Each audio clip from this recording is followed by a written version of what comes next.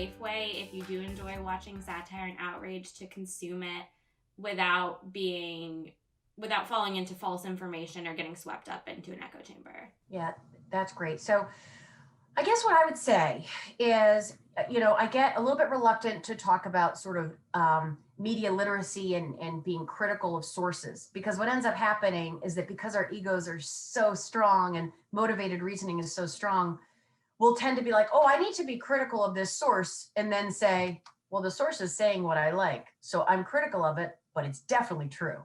Or vice versa, or I'm going to be critical of this source and I don't trust it, so it's definitely wrong.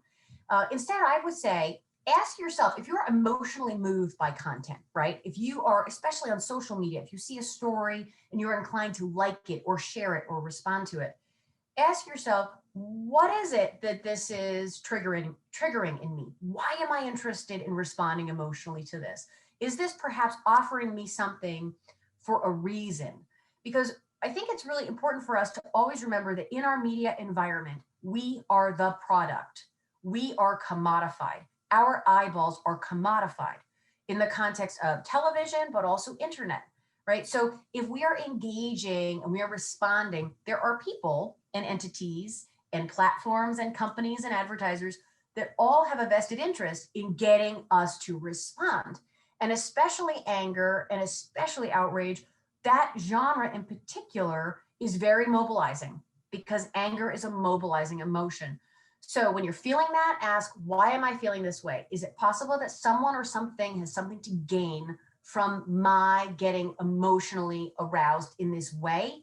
And what might else be going on? And are there other sources that I should seek out on this topic? You reference a great quote from Jon Stewart about the function of the news media. If we amplify everything, we hear nothing. Do you believe that's part of the problem in our political discourse? Yeah, it's wild. There's an essay that I still assigned that was written in 1948 by these two sociologists who, my gosh, I don't even know what they would say if they saw the media environment now. But in 1948, they were really talking about newspapers and radio and the very beginning stages of television. And they were concerned that this sort of overabundance of information in 1948, they thought that information overload would cause people to start confusing sort of like knowing about things going on in the world with actively participating in politics and making the world better. So I think that information overload is a real catastrophe, because one, people sort of are like, oh, I know everything that's going on. Like, I'm on Twitter all day, therefore I'm politically active and I am participating in democracy. Probably not. Or two, that information overload, especially when you're talking about an ecosystem that does not have the same gatekeeping functions that it used to have, where professional journalists and professional institutions would come in and say what is true and what is not.